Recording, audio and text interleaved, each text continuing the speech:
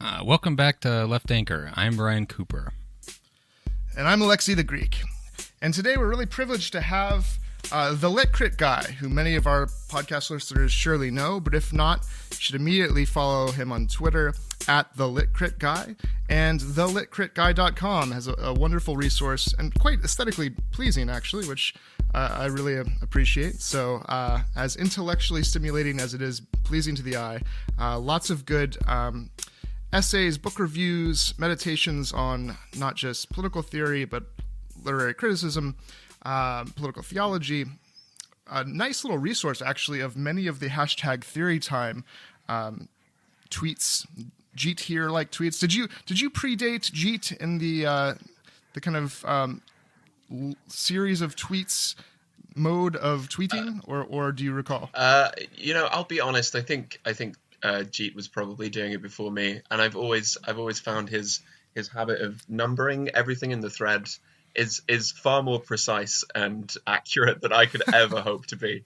So, like, shout out to Jeet here for being the pioneer of the Twitter thread essay.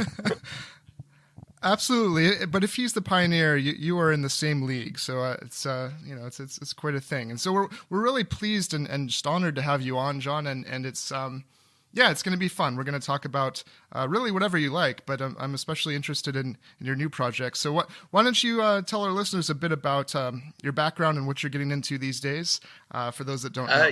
So as you've already said, my name is John. I am a writer and an academic and a teacher from the north of England. I finished a PhD in 2017 on the Gothic and its relationship to theology. And at the moment, what I'm working on is a new project designed to kind of outline a Gothic Marxism, and a Marxist Gothic, looking at the ways in which horror is not just a kind of metaphoric exploration of capital, but actually has it is a diagnostic tool to explain our current cultural condition. Can I very quickly shamelessly plug something? Of course. If I decided that what the left really needed was another podcast. So me and a friend have started the Horror Vanguard. Is a podcast looks at horror film and leftist theory and tries to find ways in which we can understand our contemporary cultural condition through the lens of anti-capitalist leftism and the spookiest culture around. Wonderful. No, and what's the handle on Twitter to follow the So Horror we are Vanguard? at Horror Vanguard on Twitter, and we are available on all good podcast aggregating services. So please, if you have an interest Excellent. in the dark and the macabre, please do check out Horror Vanguard. Excellent. And if you're afraid, well, this could be a way to conquer that fear, indeed, and become a bit more literate while Well, doing yeah, so. I would hope so. That we're always about trying to encourage people to embrace the dark side, as it were. Wonderful. And yeah, go ahead, Ryan. Oh, I was just going to confess that I am generally I generally don't like horror. I find it too scary. Nobody's perfect. It's okay. Yeah, there's an interesting psychology there, and maybe this is like a good jumping off point to get into your Gothic Marxism, Marxist Gothic thing, which is that I find like horror films, especially I can read horror books just fine, but horror films I find like almost impossible to sit through because it's too tense and it just bothers me. But on the rare occasions when I have managed to like sit through one film, for example, The Ring, which is pretty damn scary, it always really sticks with me, and the experience. I enjoy the experience, sort of like how people talk about writing books. I enjoy the experience of having watched a horror film, even though usually I can't get through it. Well, this is really interesting. In one of our latest episodes, we talked about the fact that horror is a kind of affective form. So there's lots of other, Marxists and people on the left like me are usually more drawn towards science fiction because of the classic idea that engages you cognitively. It's a kind of intellectual speculation. But horror is a unique has this kind of unique capacity to like physically affect us, to do things to our body. It's designed to kind of provoke reactions, and that sustained tension. There's a real high from when you go through it. I think Roger Ebert has this great quote where he says that watching a good horror movie, you come out feeling glad to be alive. Yeah. Go ahead. No, I just agree. Yeah, that's a wonderful insight, perhaps, into why horror might be useful, right, as a tool for understanding capitalism and what it does to us, as well as a resource to kind of, develop our subject formation in a way to combat kind of the shocks to the system and the countervailing ways in which capitalism harms our ability to cope with all the evils that it produces. So that's an interesting insight into how actually, Ryan, if you sit through and experience what you need to experience, you might be kind of avoiding the atrophy of certain affective traits necessary to cope with capitalism. I mean, yeah, I would completely agree. We're atomized by contemporary capitalism. People like Mark Fisher have written really very movingly, actually, about the kind of the grey vampires of capitalism that are designed to kind of suck away affective joy and creativity and communal experience. And so, a horror film is something that you should absolutely watch together as well. It is a uniquely collectivist form of media. It's true, isn't it? Yeah, who goes to a horror flick alone? Unless perhaps you do, John. I don't know, but it's always meant for you to grab the person next to you and kind of just almost enjoy that solidarity of fear in a strange way. That's what we need to kind of shake us out of our kind of imposed affective dead zone that is life in the neoliberal hellscape. What came first for you, the interest in leftism or the interest in horror? What brought about this great intersection? So I would like to say that it was kind of some unique insight, but as with many things in my career, it's been a sort of series of dumb luck and being in the right place at the right time. So I've been brought up in kind of a pretty left-leaning environment. My grandfather was a miner, and so going to university and encountering a lot of the kind of leftward drift in my thought was triggered by Twitter. I think that's one of the things that Twitter is uniquely good at. You join, there's that meme tweet that goes around that says like, I joined Twitter 7 years ago to keep up with One Direction. Now I'm a communist.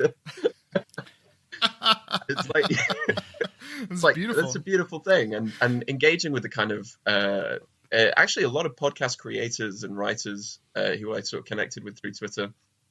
But at the same time, I graduated from my undergraduate degree in maybe one of the worst times to leave university. So I looked around and went, I'll just stay. I'll stick around. I'll do one more year. And so the university that I was at, it was at the time one of the only taught master's course on the Gothic in the UK. And so I stayed there and decided actually I wanted to pick it up and run with it. And so I did the PhD on the 19th century Gothic and realized that actually, that it was reading Marx. Marx is full of vampires, capital emerging from the earth, covered in blood and gore, and the kind of horrors of industrial capitalism, which we sort of gloss over as this amazing, the birth of modernity. But then, you read Capital, you read Engels' Condition of the Working Class, you read fiction like Upton Sinclair, and you realize that what was built as and promised to us as a glorious modern age is actually, Jameson has this great quote that capitalism is simultaneously the best thing that's ever happened to us and an unmitigated disaster. And that is a kind of dialectical tension that has to be held onto. So if you can dismiss all of that in Marxism as kind of metaphoric and elusive and literary, and that's fine, but really actually there's a real sense that the kind of cultural anxieties of an age are personified in horror. And so why would it not be a surprise that the political anxieties of an age would pop up there too? So maybe just, for the benefit of listeners and myself, you could sort of back up a little bit and tell us about the idea of Gothic. So what does it mean to have a Marxist Gothic or Gothic Marxism? Okay, so yeah, so a Gothic Marxism is that, like, very very crudely, like, kind of orthodox Marxism, or kind of like classical Marxism, when confronted with what would seem to be very low cultural forms, would sort of dismiss this as a kind of like false ideology, and we would try and get rid of it and explain it away. I mean, the classic example there is someone like Lukács, the great philosopher of Bolshevism, and his theory of the novel, which focused very much on the kind of high realist writing, and anything that was kind of low culture, we'd be like, well, let's not bother about that. Like, but instead of seeing it as a kind of you know, illusion to be dispelled and kind of gotten rid of, a kind of Gothic Marxism looks at the kind of the non-material, the supernatural, the superstitious as sites of genuine political activity and engagement. So very simply, it's about taking even like the midnight slasher movie seriously as a site in which we can kind of do genuine cultural criticism and kind of consciousness raising. And how does that differ from, one presumes this isn't like the ordinary conception of Gothic in the like, mainstream sense, right?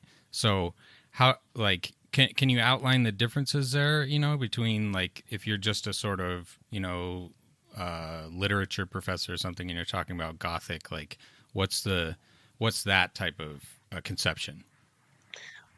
Well, oh wow! Like that, if you want to welcome to it, like any academic fields, you ask like 6 Gothicists, you'll get like 12 answers. John, we're going to make you define every single term. I'm going to ask you I want you to define what literary criticism is and critical theory and what political theory is. And oh, you're hell tell yeah. us Everyone on Twitter will get mad at me. Do it, baby. Okay, so very, very broadly, actually, this idea that, like, there's a kind of cultural form which expresses the anxieties of its production is pretty well accepted. So in a way, it isn't like a huge leap to take this in a kind of explicitly political direction. One of the most common alternatives is that you would say that this is about the kind of psychological anxieties of a particular age, and you would explore that through something like psychoanalysis. Or you would say it would be about the kind of historicist anxieties of a particular age, in which case you look at it as a kind of historical artifact. And I think there's huge validity in those approaches. And if anything, I would think that a kind of explicitly more political literary criticism has, after a huge wave of sort of right-wing anti-intellectualism, kind of being an explicitly Marxist critic of literature and culture is something that is maybe not as easy to do. I mean, if you think of the kind of the great literary theorists were all sort of unorthodox, but pretty clear about their work within a kind of broadly Marxist and left-wing tradition. And I think, unsurprisingly, given the kind of historical moment, lots of people who work in the humanities probably want to downplay that in their work, thanks to the kind of Red Scare propagandizing of, like, outfits like Turning Points with their professor watch list, and the constant threat of like, protests, boycotts, or whatever. So I would say that it's a kind of Marxist approach to the Gothic is hugely complementary. But one of the things that makes Gothic literature and actually horror film, if you go more contemporary, so interesting is that it's really ambivalent. So you can't just go, well, really it's a leftist form. Because there's huge amounts in the Gothic and horror that's like deeply misogynistic, usually colonialist, racist, imperialist even. But it is a site in which those anxieties are played out. So I actually think the political implications of these cultural forms have to be contested, and they should be contested from the left. Right. So in your analysis, you're not just looking at well, we won't separate the aesthetic from the ethical, but not just appreciating how well made a film is, but perhaps insofar as it's an expression of political and social realities, and then whether the filmmakers themselves are kind of aware of or critiquing those realities through the filmmaking. There's something very important in highlighting which are embodying what types of politics, and so there's something very interesting going on in how, it seems to me, your theoretical kind of unmasking, if you will, of these films and these contemporary expressions of or critiques of the cultural, the social, the political, can help advance a better cultural understanding and representation of what maybe politics should be. It's very interesting. Yeah, I mean, what I really love about horror films is that you can go, well, they're metaphoric, but it also turns out in lots of them that the metaphor is just true. so for example, in Rosemary's Baby, you go, well, this is a metaphor about the kind of anxieties of the middle-class bourgeois living in the suburbs. But also, it's literally about Satanists who want to bring about the birth of the Antichrist. Right, exactly. So... Which is great on its own, on its own. So I wrote a paper about the kind of resurgence of haunted house films in the wake of the subprime mortgage crisis in America, and it's like, yes, you can say that it's just a metaphor expressing the anxieties that have emerged around home ownership and how that intersects with like the ideology of America as a kind of political space, but also it's about people are literally having their homes repossessed. Like it's a metaphor, but it's actually literally true. Yeah, and there's a resonance for a reason, right? For absolutely, that reason. Yeah. Do you suppose that the creators of that kind of schlocky jump scare type of haunted house film, do you think it's completely instinctual, the sort of thing that they're like the note that they're sounding and the anxieties they're playing on, or do you suppose there's a kind of deliberate intentionality there?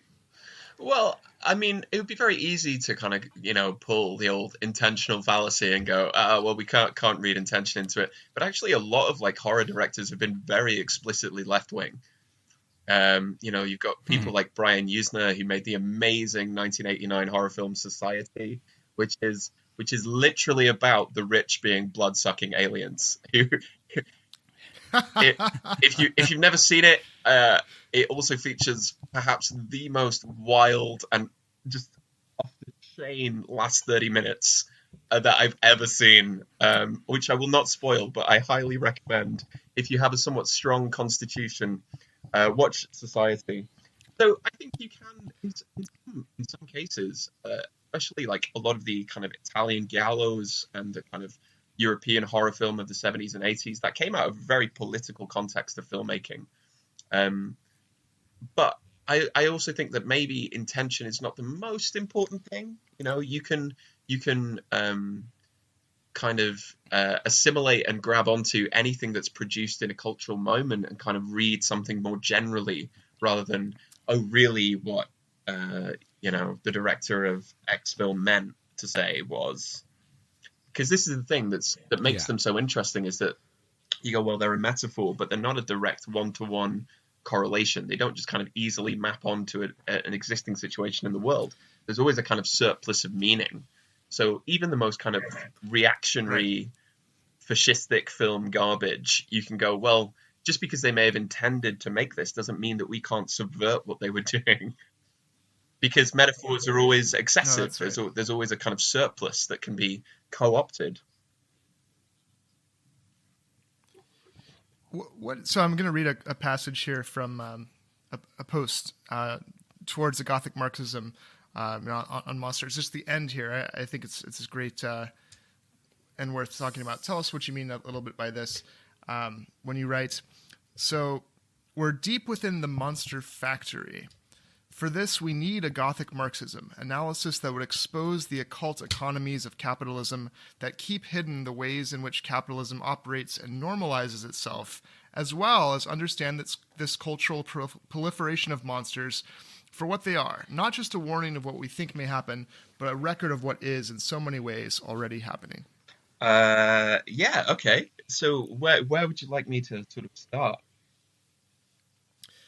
So perhaps tell us a bit about how Gothic Marxism, like what are the occult economies of capitalism that hide kind of the way capitalism operates? What could Gothic Marxism kind of unmask for Well, us this there? is basically a kind of I'm just ripping off one of the early sections from Capital Volume 1 where Marx talks about commodity fetishism, and he says that, you know, it's the table turning, this table which is stood up upon its head, and all of these strange and eldritch immaterial forces attach themselves to something which is an inherently natural product. And the whole point of capitalism is that it dissolves the kind of social relations between people, and instead relations are mediated by relations between objects.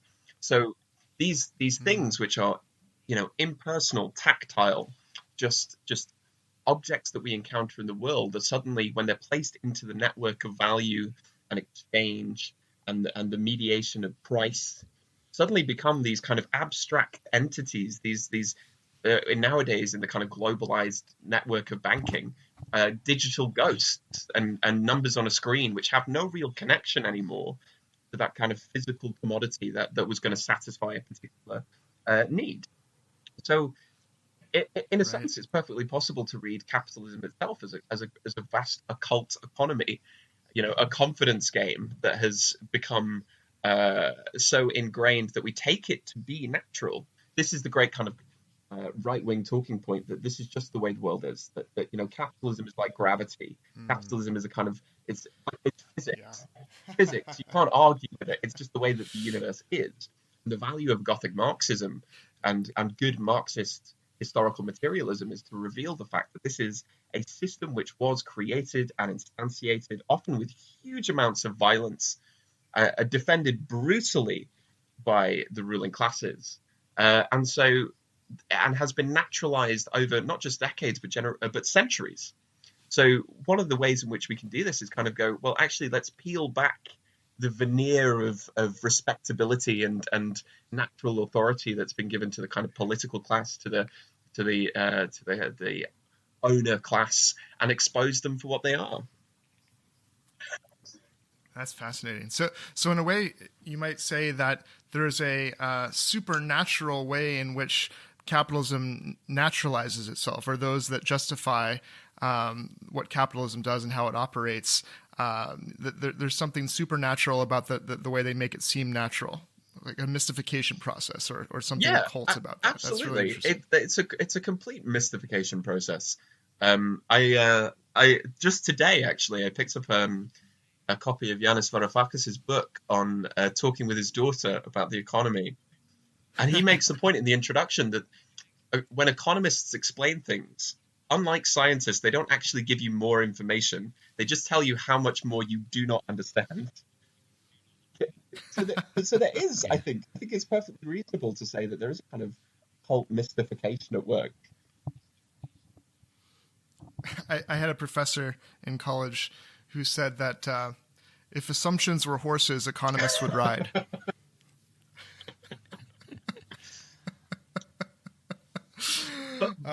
But no, that's also, wonderful. one further point I would add is, like, in that reference to the monster factory, is that capitalism produces monsters as well. There are figures and there are organizations and groups who are relentlessly monstered. Right. And you note that the appearance of monsters is not the same thing as the reality of monsters. Is that right? There's a distinction you're drawing there? Yeah, just because something appears to be monstrous. Monsters have this a fascinating, like, ambiguity. They point towards something.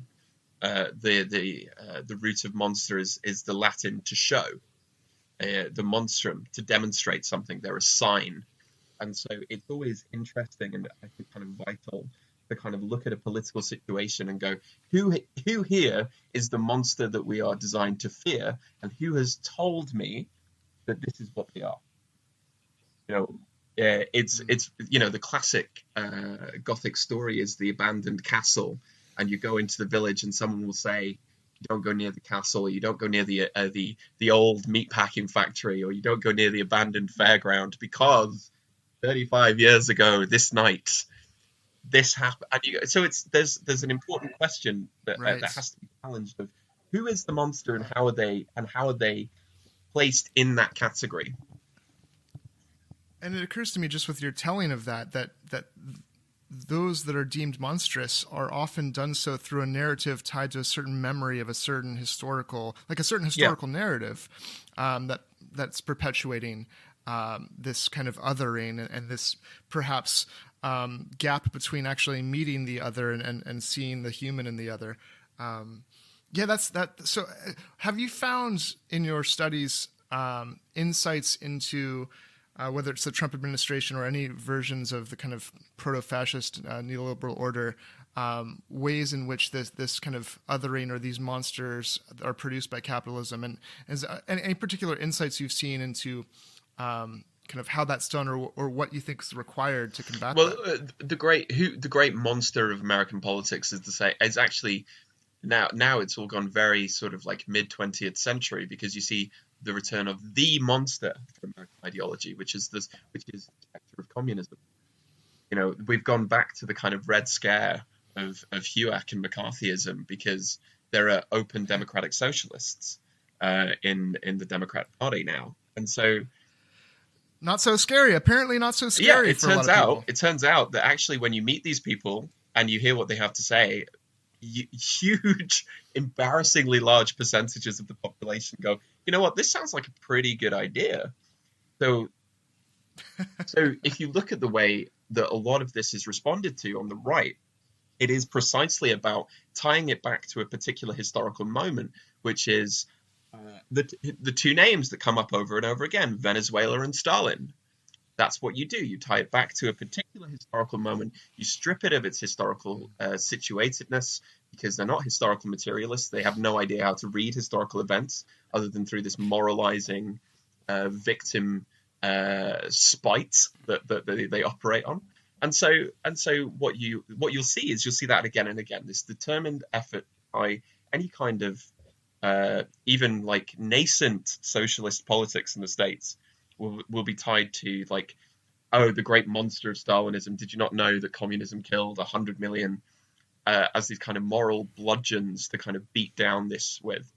Because that was always the way that socialism has been handled in the United States, like labor movements where, you know, there were Pinkertons and cops who would turn up with guns and bombs. So like, it's not a surprise, but you know, to me, it just kind of connects and drives home the importance of a kind of Marxist politics, which is attuned to the Gothic, because once again, you can never fully exercise and get rid of the specter of communism. It was haunting Europe when Marx wrote the manifesto. It's haunting American politics at the moment. Yeah. Yeah, that's great. I always beat Ryan to the punch because I talk too fast, and so I wanted to give Ryan a chance to get a word in. But I'm happy to follow up too. I don't have much to add to that. I think that, you know, that this is all very illuminating. I did want to mention, you know, maybe as a sort of media varieties of media angle, a video game, telling on myself again, but it's called Amnesia, a machine for pigs. So this is a horror game, and it's a great title, by the way. Great title. I played a little bit of it, but I was too chicken shit to finish the whole thing. But the premise of it is, you know, you're a guy with amnesia, and like a mysterious figure is telling you to fix this machine, which is you know, crawling with these terrifying pig monsters, and through the game you slowly fix it, then once you do, and it's set in like late 19th century London, so there's like belching smokestacks and like big gears and just like this sort of, this giant machine is that you actually have to get into. You walk into this sort of labyrinth to like put it back together. Then of course when you finally put it back together, it turns out like it's just this, the point of the machine is to just consume the entire human race and like just destroy like all life on Earth, more or less. And like the metaphor, as you were saying before, is very like, kind of beating you over the head a little bit. But like the implications, we were talking about intentionality before and whether it matters or not, but it seems pretty obvious, like what they were trying to say here. And, for listeners, it's supposed to be a great game. I guess I couldn't really comment on that exactly, but I wonder, if that, interactive media, do you think that has any sort of different sort of things to say about this sort of school of thought that you're talking about here? I mean, I think something like A Machine for Pigs is a great example, and I one of the kind of really interesting areas of this kind of analysis is in game studies, and this is what my co-host over on Horror Vanguard is really passionate about, is looking at the Gothic in gaming. And I think it's so important there because gaming culture has become, I think it's pretty safe to say, a fairly reactionary and capitalistic media economy, right? You've seen huge amounts of layoffs. You've seen huge amounts of layoffs of developers and designers over the past few months, and that is the game industry functioning entirely as it's supposed to, right? That's not an anomaly, and the reason it was done is because the colossal, genuinely mind-boggling amounts of money that these studios have made was not and will never be enough. And so you can read it just as a direct metaphor for capitalism, for example, but that's a great metaphor for the games industry. You just feed in the talented artists, designers, narrative designers, coders, and they are just churned up by this machine that wishes to do nothing but expand infinitely. Yeah, a bit of that. Recently, just a little news background here. Activision Blizzard, which I think is one of like maybe the second biggest game publisher. The CEO Bobby Kotick, who makes like $25 million, recently announced record revenues for the company, and then like a week later that they were laying off 8% of their workforce. Yeah, of course. That is directly connected to one another. That is exactly how the machine works. So I mean, I'm always a little bit over my head here when we're talking about like sophisticated literature analysis and shit, but I think it's for the STEM graduates out there like myself, it's like this has direct relevance even for video games and whatever sort of artistic media you happen to enjoy. Yeah. Well, there's so much, I think, and I'm so excited because we have to have you back on. There's just too much to talk about. But if we could shift to the left in terms of theoretical ways that the left can think about evil, and especially given the kind of not just Marxist but postmodern influences theoretically, there is both a seeming need to confront real evil, but also a hesitancy for various reasons to call things evil because of the ways that reactionaries and conservatives have appropriated those terms to do violence to huge swaths of people historically.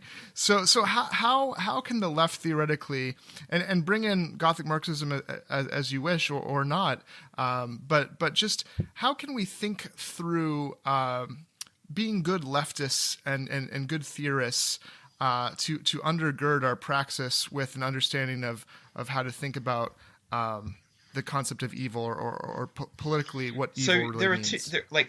Let's say, to step back for a second, there are two broad responses which come up. There is the kind of moralistic dismissal.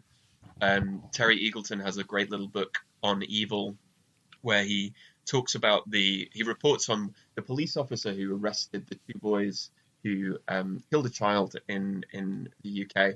And the police officer said, as soon as I saw them, I knew they were evil, which is this kind of, it's a kind of post hoc justification for their treatment, right? And the alternative is what Eagleton calls the kind of, I think rather dismissively, the kind of community care theory of morality, where you go, this person isn't bad because of all of these factors in their background.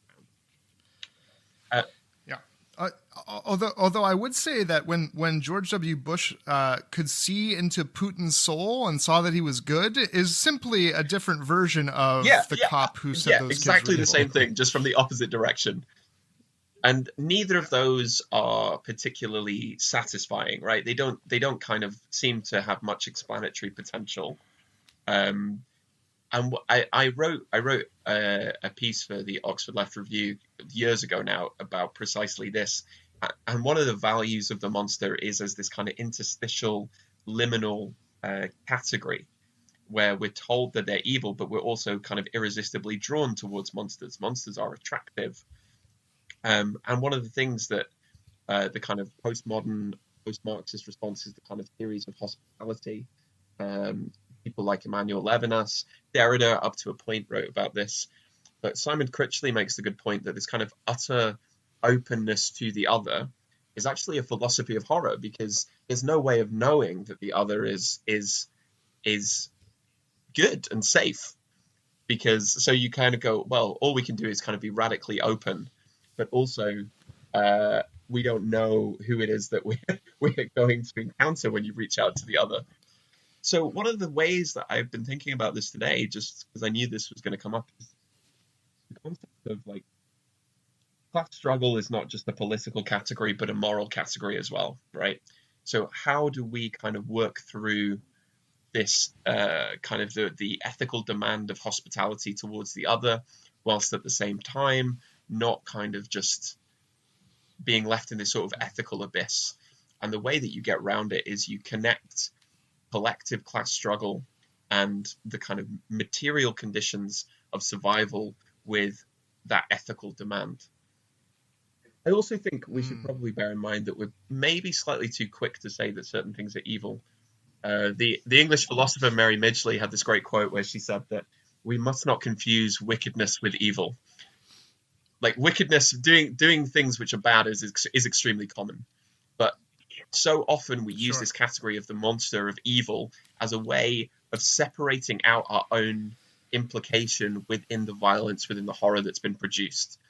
You know, you go, well, that's not us. We would never do that. But, you know, to contextualize it in American politics, if you look at the kind of great event of 9/11, you know, we go, well, that's monstrous, that's evil, that's horrific. We would never do that. But then you look at the kind of material realities of American foreign policy for, I don't know, however many decades. No, that's so interesting. So is there a link between what we think of as evil and our ability to explain it? Like, so in a way, if we have proper context, then we no longer think something evil because we understand what caused it in a way, or it's something just wicked or fallen because we see the imperfection and we see the lack of knowledge, you know, that the Socratic idea that she who knows what is right will do what is right. And so therefore, like all, evil in a way is a simple lack of knowing how and knowing what the good is, or so is there something about what we call evil as a way to end the inquiry because we can't fathom what could cause? I mean, I think like that's often part of it, right? We go, well, you can't try and understand something because that comes too close to condoning it. you have Right. to go, well, that's well, you Yeah. can't. It's a big thing on the left, isn't it? That's a big problem on the left. And I mean, that's so important that we don't conflate those things, right? Like, so important to seek to understand as much as possible without thinking that necessarily Yeah, implies absolutely. condoning it, right? This was also recent speech came out from Joe Biden in like 1992, I think, where he's talking about the crime bill and responding to criticisms that, like, you're not addressing the causes of crime. You're just throwing people in jail. And he's like, I don't care what the causes of crime are. We just need to take these people and need to separate them from society. And yeah, I think it's a pretty common, Yeah. it's like you see a terrible thing happen, and it's just, you want to be like, that's it. We don't need to think about anything aside from that they're bad. End of discussion. Yeah, it's a way of drawing that category of monstrous, that category of evil. It does two things. It ends the discussion because you can't talk about this anymore, given that you've gone, well, this is evil, so that's it. Case closed. Throw away the key.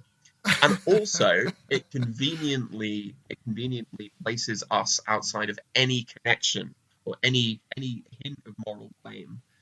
It's because if we were honest Right. about the kind of material conditions, you go, well, maybe Western imperialism and violence has had not the sole determining cause, but maybe in some way that we are implicated. We're kind of bound up within a complex network of connections and causes that we don't fully understand, and that can produce heinous violence.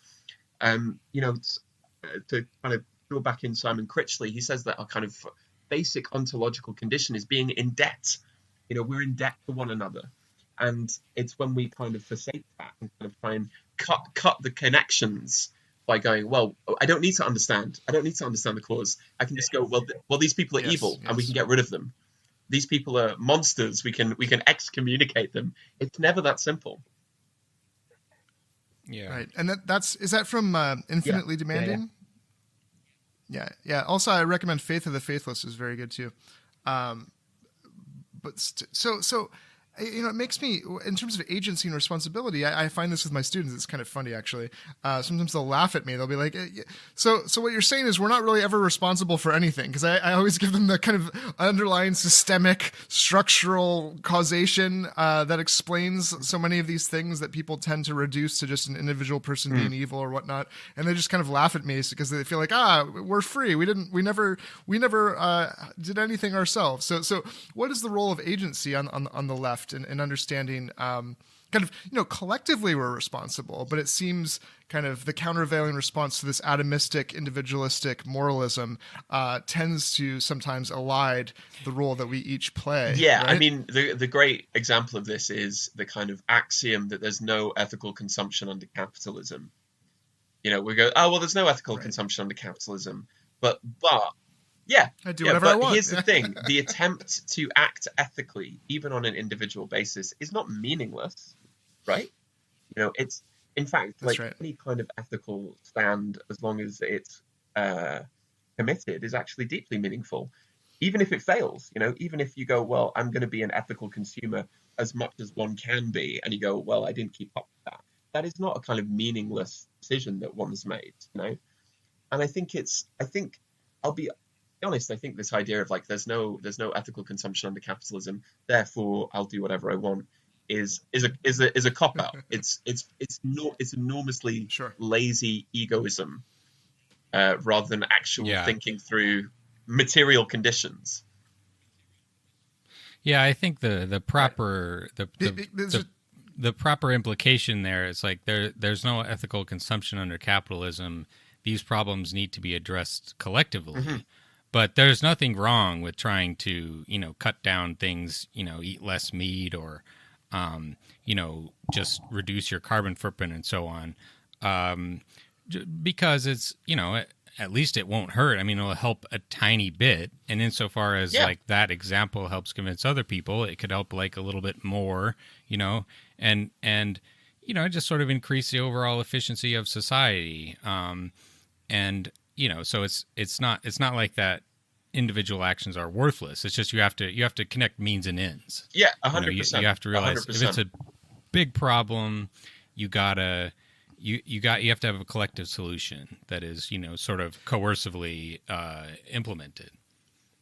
And there's something very atomistic about that response, which like just reaffirms that bullshit, you know, ontology or metaphysics that, well, what I do or don't do doesn't matter, right? Well, you're still thinking of yourself as individuated and not related to other people. And as we know from affect theory and from all kinds of social science studies, you know, whether it be apparently, right, it was Nicholas Christakis, I suppose, one person voting indirectly influences 100 other people to vote through no actual direct influence at all. Just like somehow we don't understand exactly how that causation works, but we're bound up with each other. And so like if one's own subject formation is this kind of selfish disregard because of this despair of, well, I can't really change anything, it's all collective, that kind of removes the connection, the intersubjectivity of the subject and others, right? And we're all connected to each other.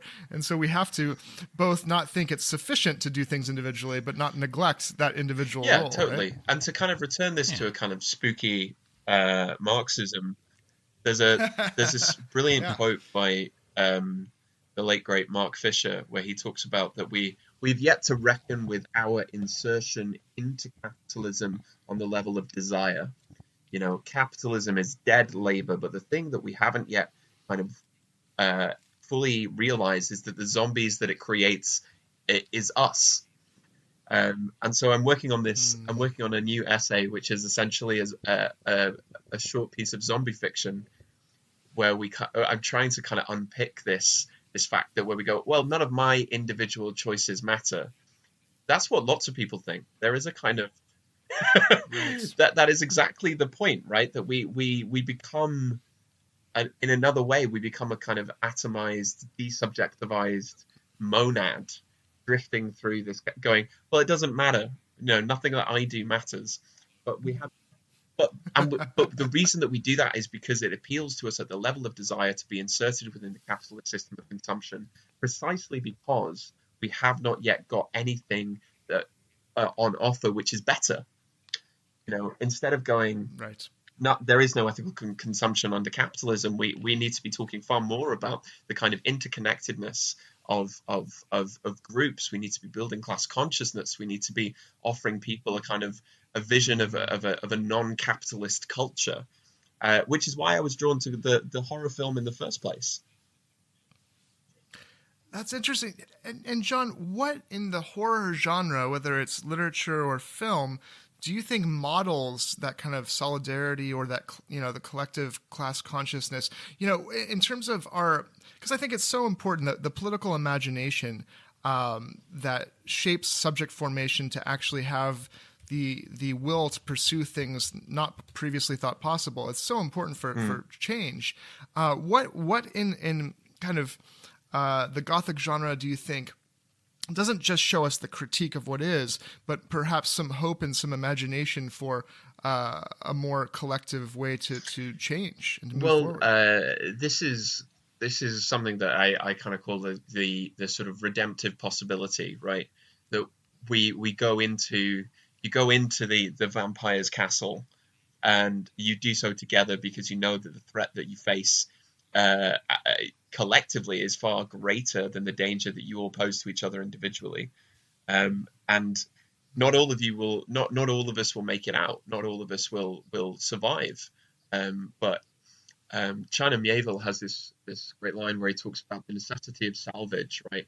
You know, we're up to our knees in floodwater and fire, but we're not going to build anything pure and safe and separate. But we might salvage something. We might jerry-rig something together that will get us out of this sort of danger of drowning.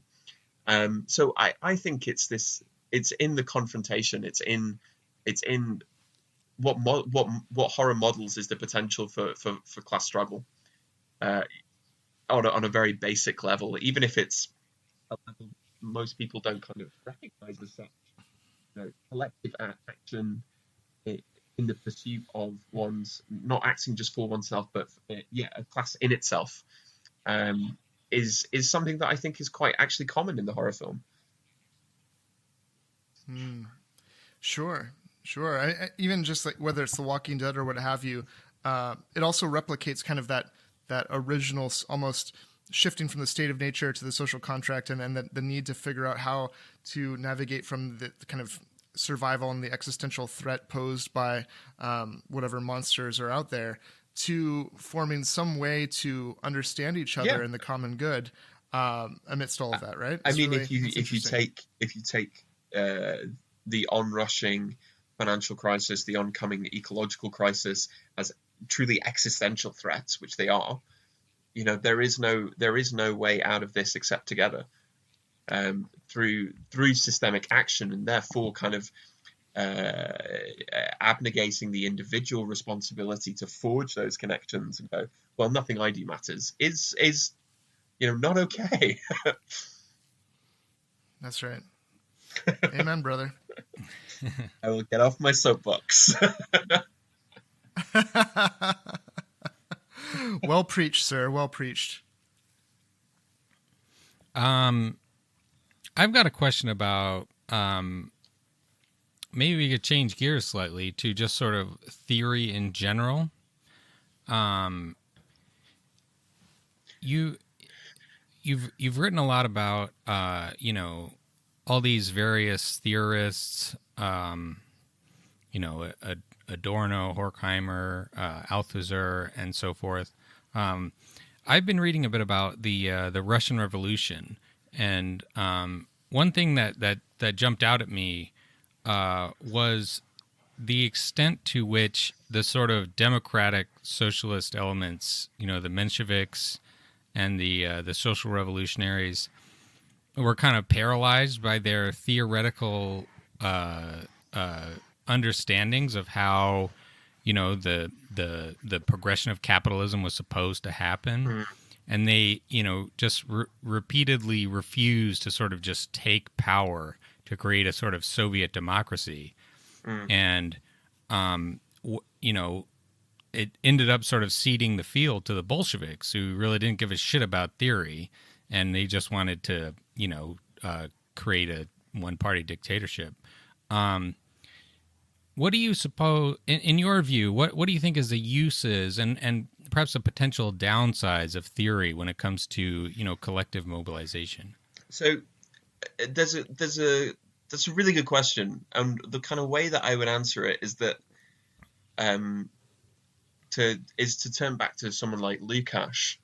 Lukács wrote this essay back in the early 1900s where he said that what would happen one day if somebody proved that Marx was wrong about everything, that he was completely incorrect, and he says that anyone who called themselves a Marxist would not have to forswear anything that they've said previously, for the very simple reason that kind of Marxism is not dogma. It isn't. This is the problem of that kind of period of Marxist history where the progression of capitalism into communism was taken as kind of like holy scripture that had been handed down. Because Lukács said, and this is something that I think is very true, is that Marxism is a method. That's its use. It's a method, and the method is historical materialism. So it doesn't matter if historical conditions don't line up with what we have predicted. Actually, historical conditions are in many ways so contingent and are so prone to instability and to change. Dialectical materialism tells us that everything is on the brink of turning into its opposite at all times, and that there is this incredible contingency and fragility to the conditions that we live within. So what we need a method of organization. And one of the reasons I kind of commit myself to working in a broadly Marxist vein of thought is that historical materialism is something that can explain things. If you look at the other options, you've got like warmed over end of history Francis Fukuyama 2.0, which doesn't really explain very much. On the right, you've got proto-fascism, which can maybe sort of articulate some of the problem, but its solutions are horrific and monstrous and should absolutely be crushed. Or you've got this kind of bland wonkery, which is entirely disconnected from how actual people actually exist in the world. So the point is, I think theory is not dogma, right? It isn't something that is infallible or kind of the final word on anything. What it is a method, and so there's a kind of responsibility on any kind of person interested in intellectual work to keep what is good from people who have written before us, but to constantly interrogate it, to question it, and when it does not work, to discard it, to say that this is a situation in which it doesn't apply. Right. And I assume you think it's also useful insofar as, right, like as Marx wrote, material force, theory can become a material force when it seizes the masses. So theory itself, right, can actuate change. So there's this kind of relationship between, right, whether the base and the superstructure or what have you. And so what do you see? What do you think? I mean, you've talked about Gramsci before. What do you think in terms of how theory and praxis relate, and how we can use? I mean, of course, it's fun as well to just enjoy and appreciate the horror genre and so forth. But politically, what can we use theory for? How do you think of it that way? There's David Harvey tells the story of teaching his introduction to Marx's Capital at like one of the most prestigious universities in the States, and also I think he did a course of teaching it in a prison. And so anyone who was in prison, anyone who'd come from a working class background went, yep, yeah, this all makes sense. Yeah, obviously, this is all just kind of obviously true. Whereas all of the people who came from very kind of well background really struggled to engage with it. And so I think if you kind of take seriously the metaphoric implications of the horror film, like horror fans are among some of the most politically engaged people in wider culture, who maybe don't even know it yet, who maybe don't even realize that what they're doing is actually like political work. So I think that's the use of it, because it isn't about kind of taking away the fun of like just enjoying this scary movie. It's about illuminating the ways in which their understanding of why this is scary connects to what happens to them when they leave the movie theater at midnight and go back to work at 9 a.m. tomorrow morning. Those things are not distinct and separate moments, but part of a kind of continuum. And if you can feed one into the other, I think it can be enormously useful for people's political education. Awesome. This has been fun. This has been great. Anything you'd like to add, or that you wanted to get to that we didn't arrive at? No. That's I just feel like I've maybe talked a lot. No, it's been. I mean, besides your plummy voice, you're brilliant. So it's a beautiful combo. Us Americans have a weakness for British accents. It's sad but true. A holdover from the colonial legacy. No, and we should have talked about seduction in horror, because this relates to vampires and other things. But no, it's very seductive, and that's part of the affect formation that we need politically to shift people and make them commies. So it's great. Yeah, I mean, if I ever struggle in my career, I'm just going to do a heel turn and do like speaking tours of U.S. college campuses denouncing cultural Marxism. I got to get them Jordan B. Peterson Patreon dollars. Oh my God. I mean, the academic career isn't going great at the moment, so maybe it's time to just pull the heel turn and get like a Ben Shapiro style YouTube channel. Oh God, capitalism rewards all the wrong people, doesn't it? Well, it's just there's no ethical speaking fees under capitalism, as we know. It's just basic economics. That's all I would need. Basic economics. I've got one final question. Who's your sort of favorite theorist, or do you think most relevant for 2019, and why? Ooh. Oh man, that is really, really tough. Can you give him a top three? How about that? Give him an unordered top three. Yeah, okay. In no particular order, and these will just be theorists which I think are particularly kind of important to me personally. I think someone like Mark Fisher for kind of reigniting a political cultural criticism, someone like Gramsci for the necessity of a kind of socialist hegemony and a socialist imagination, and I think It's got to be my boy Carl. There's nothing like I want the DSA to be endorsing the Communist Manifesto. Like that's. But I think I think if we want to understand the fact that the way in which capital is still structured upon the same lines which produced the last great economic crash, there is the Marxist tradition of economic critique, the Italian Marxist tradition of kind of ideological and hegemonic thought, and I think kind of Fisher's internet cultural criticism have got huge explanatory power for 2019. Wonderful. Appreciate that. That's great. Great. Thank you so much again for having me on and allowing me to talk about the spooky left and to plug Horror Vanguard. Absolutely. Yeah. Plug away. And who is your your partner in crime, as it were, a partner in horror with Horror Vanguard? What do you want to give the Twitter handle for your partner as well? That is Ash. You will find him on the Horror Vanguard Twitter page. But please do follow Ash. He is he's the gamer out of the two of us. He's constantly trying to radicalize me into gaming. That's like Ryan, right? That's the Ryan to me. So that's excellent. I think the two of you would get on. Wonderful. Well, maybe bring Ash on next time. You have to come back. Well, this was too much fun. I don't know if I'm sorry if you had to suffer through our questions, but we enjoyed having you for sure. I can speak for Ryan. I know him well enough. No, thank you. Well, maybe go on. We could go on to the horror. Yeah, that'd be fun. That would be extremely exciting to get one or both of you onto Horror Vanguard. If you allow me to force Ryan to suffer through the scariest film you'll make him watch, and then we can talk about it. That'd be great. Yeah, definitely. I would be very interested in doing something possibly on The Purge. Oh yes, excellent. That's highly politically relevant.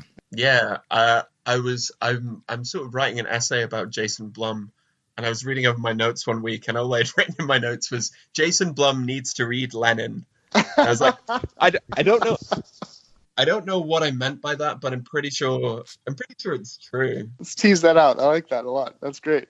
But yeah, we've got a few guests already lined up, which is really exciting. But it would be amazing if we could either do this again or get you both over.